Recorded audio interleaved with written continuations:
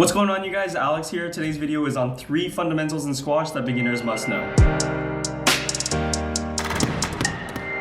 So if you're just starting squash and you're brand new, or even if you played for a while, you may not know some of these tips, but these are definitely tips that I wish I knew growing up and only just kind of realized it over the past, couple years. Okay, so let's get started then. So tip number 1, that's getting your body parallel to the sidewall when you're hitting. So it seems kind of unorthodox, especially when you're just starting out, but you actually want your feet and your body positioned towards the sidewall at whatever side you're hitting. So if you're hitting on the forehand, you want to be facing the right side, and if you're hitting on your backhand, you want to be facing the left side, assuming you're right-handed. And what this is going to do is going to allow you to set up properly and really set up your swing and get all your weight through the ball. If you try to hit the ball with your feet facing the front wall as opposed to the side wall, whether it's on the backhand or forehand, you're going to have a lot of trouble getting any weight through the ball, and it's almost going to feel really awkward because of the positioning. So if you've never learned this before, just keep reminding yourself, get parallel, get parallel, get parallel every time you're hitting a shot. And this might feel weird to you if you're not used to doing that, but after you get used to it, going the other way and trying to face the front wall when you're hitting is going to feel even weirder. Okay, so that's tip number 1 then. Okay, so tip number 2 is actually looking behind you whenever the ball is behind you. I can't tell you guys the amount of times that I've seen players just hit the ball to the back of the court and then just stare directly at the front wall without looking behind them at all. And the problem with not looking back is that your reaction time is actually going to be like a second slower because you're not actually focused on the ball. You're only seeing it as soon as it hits the front wall as opposed to tracking it the whole way. Those split seconds where you're looking back and tracking the ball from behind you is going to save you so much time in terms of actually reacting to the ball, and your reaction timer is going to be